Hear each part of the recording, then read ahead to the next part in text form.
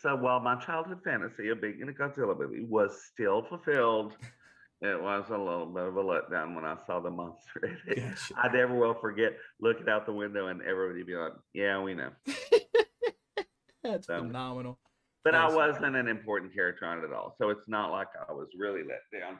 gotcha. But like I said, everyone is so fun and playful and positive in the voice acting industry. Not so much. There are some wonderful people in theater and film. My memories, and I'm forever grateful to this evil woman who's dead. I'm not sad. But growing up in the theater, you have to develop thick skin. Now, in voice acting, you're going to be told no. Well, just like theater, anything in the arts, no more than you are. So you have to have a thick skin and Yep. not take it personally. Like I said, my voice acting was I haven't been told no a lot, except for Smite and Paladins. I have auditioned for that game for years and years and years, and I've yet to be hired. And somebody started a Barry Yandell for Smite and Paladins. Keep it going. Give me a break. I mean, what am I? Most of my voice acting video game gigs, I didn't even audition for. They just used me. Yep. But um, my experience is that everyone in the voice acting is so wonderful. But yeah, I had this director when I was like 18 years old, and she was actually a brilliant Broadway and toured with a band, Tommy Dorsey. She's Hmm. old school but brilliant. Never seen without bright red lipstick. No other makeup unless she has a concert. Dickies and cowboy boots and chain smoking lesbian. So now that you can picture her, she would say to me, and I owe her the world because she gave me thick skin hmm after saying just the opposite of the positive voice acting world. Honey, this is supposed to be musical comedy. You're about as funny as a dead baby's open grave. Oh, And then she said, would say things like this. Um, I'm multitasking here. Ooh, you're good. wait, I've got so much.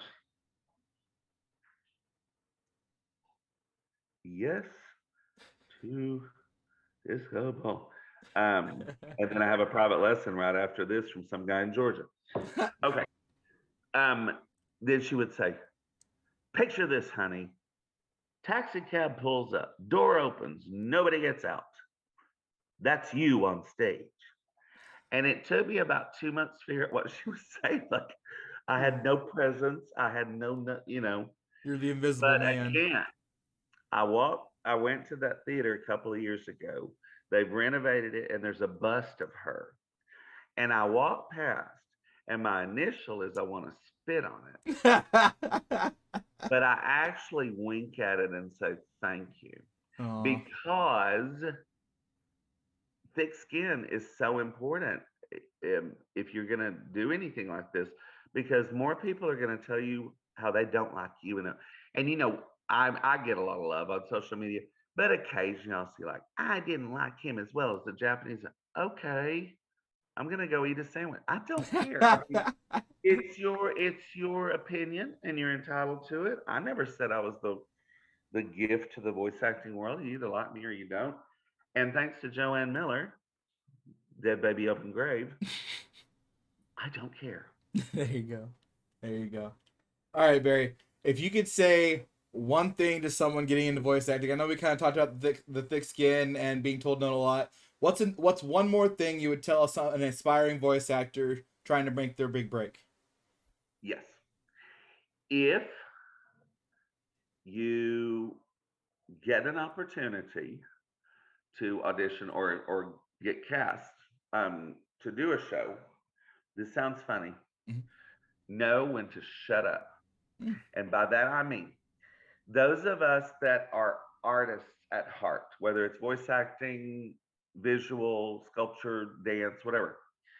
One of the things that I truly believe make us special, unique, you usually hear stories of growing up with some sort of hardship or bullying or whatever that made us strong Mhm. or mean directors.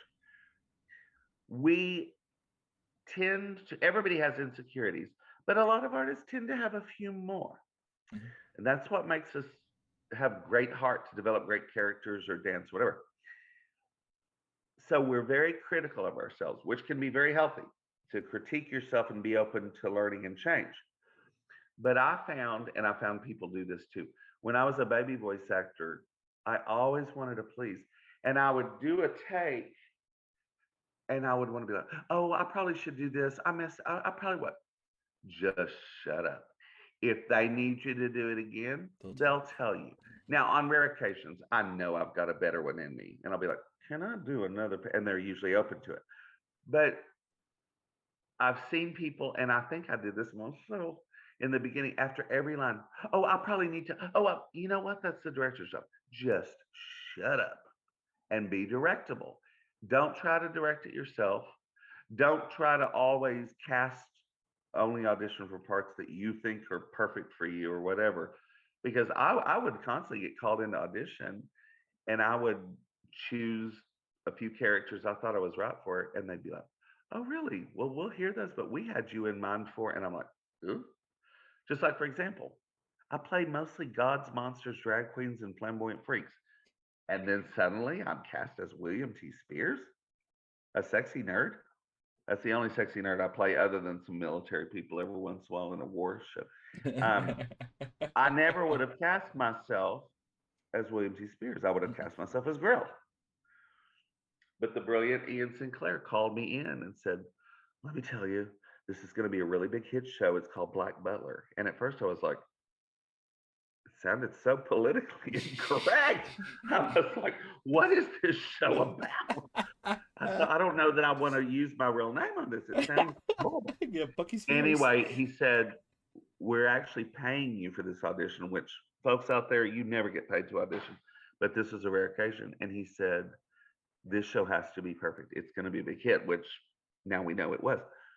And he told me something about the character. He said, "So please don't be offended if we go with someone else. It's got to be," well, not being an anime, kind of. I was like, "Whatever, fine. You're going to pay me? Thanks.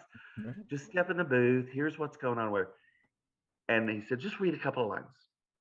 And so I started with, "My name is William T. Spears." I mean, he goes, "Oh yeah, you're it. Okay, let's. We're going to go ahead and start recording. Thank you." So I owe him a great. What a nice, brilliant voice actor. We were on an episode of a show that I think is a hoot. I'm only on one episode. I play in the underwear alien opposite the best alien, which was Sunny Strait, and Ian Sinclair starred in a show. If you haven't seen it, see it. Space Dandy. Space Dandy. Yep, Yeah. that's awesome.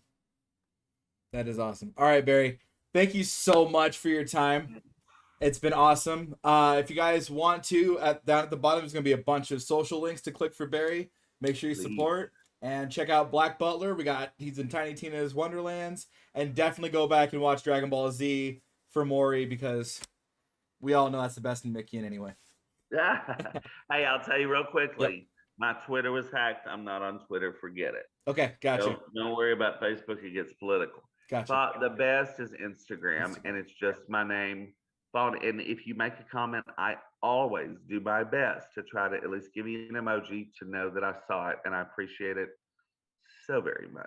So, Awesome. We'll yeah. get you in there. Thank you, Barry. Bye.